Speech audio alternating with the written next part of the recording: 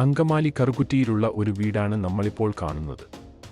8.4 saint പ്ലോട്ടിൽ 2200 ചതുരശ്ര അടിയിൽ നിർമ്മിച്ചിരിക്കുന്ന ഈ വീട് ബസ് റൂട്ടിൽ നിന്നും വെറും 100 മീറ്റർ മാത്രം ദൂരത്തിലാണ്. അരമണിക്കൂർ ഇടവിട്ട് ബസ്സുകളുള്ള ഒരു പ്രധാന ബസ് റൂട്ടാണ്.